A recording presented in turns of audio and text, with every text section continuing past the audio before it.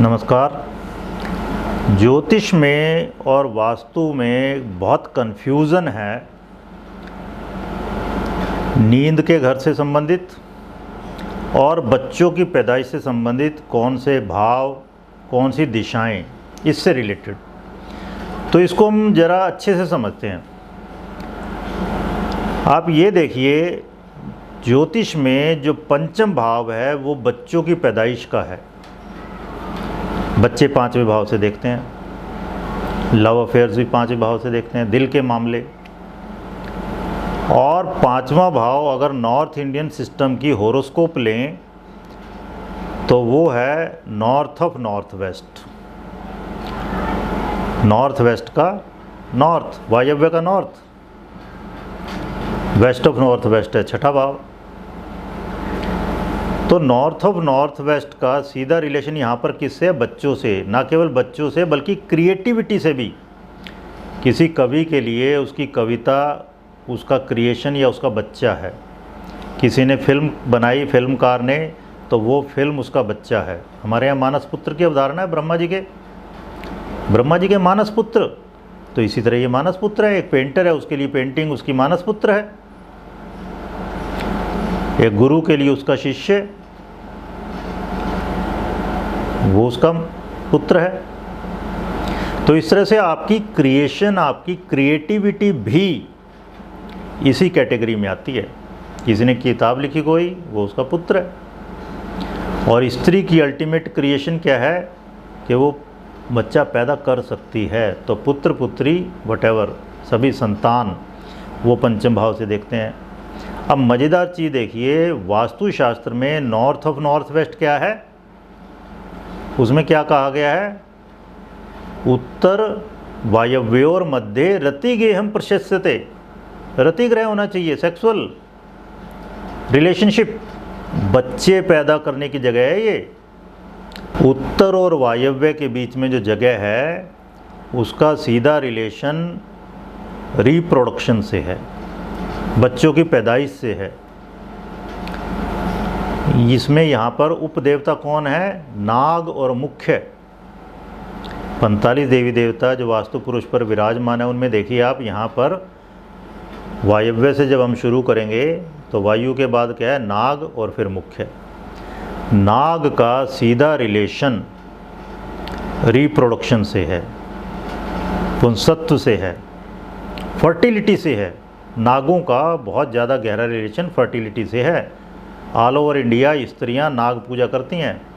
जो ये मनसा देवी की पूजा हो रही है, गुड़गांव की मनसा देवी है, या हमारे यहाँ नरेला में, तो ये सभी क्या है?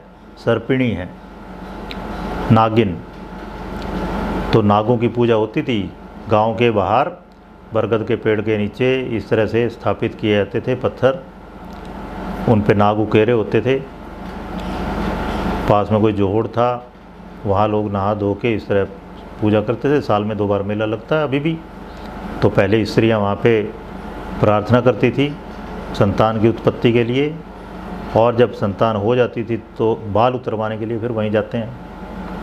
तो ये सब सर्प पूजा है। और आजकल भी देखिए, अभी डॉक्टर का साइन अब कोई क्रॉस का साइन नहीं है, रेड क्रॉस, वो एक अलग संस्था है। डॉक्टर के लिए आज भी वर्ल्ड मेडिकल काउंसिल वो कौन सा साइन यूज़ कर रही है? इस तरह से 2 सांप ऊपर चढ़ रहे हैं मूलाधार से सहस्त्रार में।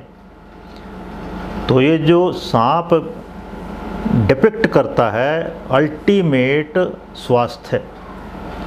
और अच्छे से अच्छे स्वास्थ्य का क्या मतलब हो सकता है? कि आप रिप्रोड्यूस कर सको, अपने ही जैसा ह्यूमन बीइंग आदमी रिप्रोड्यूस कर सके, स्वस्थ व्यक्ति कर सकता है। तो आप देखो कितना गहरा बढ़िया रिलेशन बन रहा है।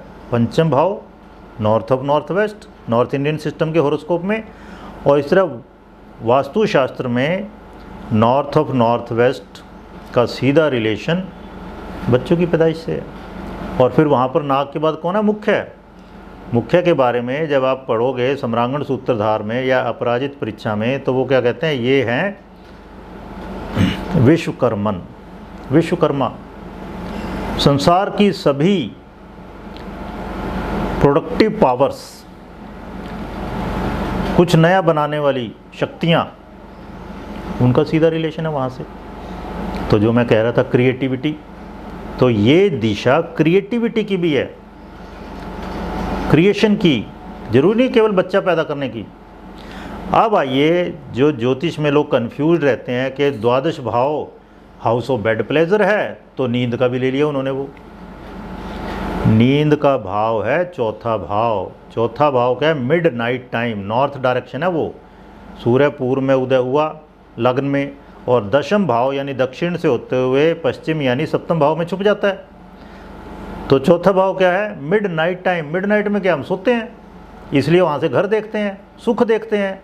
सुख भाव है वो, क्योंकि नींद में सुख है। तो चौथा भाव सुख भाव है, नींद का भाव है वो घर है, वो ज़मीन है। ज़मीन पे सोते हैं हम, सॉलिड ज़मीन चाहिए, हवा में नहीं सो सकता कोई आदमी। तो चौथा भाव है असली नींद का भाव, 12वां नहीं है। 12वां है हाउस ऑफ बेड प्लेजर। अगर दिशा के हिसाब से देखें तो 12वां भाव ईस्ट ऑफ साउथ ईस्ट है, आग्नेय का पूर्व। और 11वां भाव क्या है? साउथ ऑफ साउथ ईस्ट, प्राप्ति स्थान, गेंस।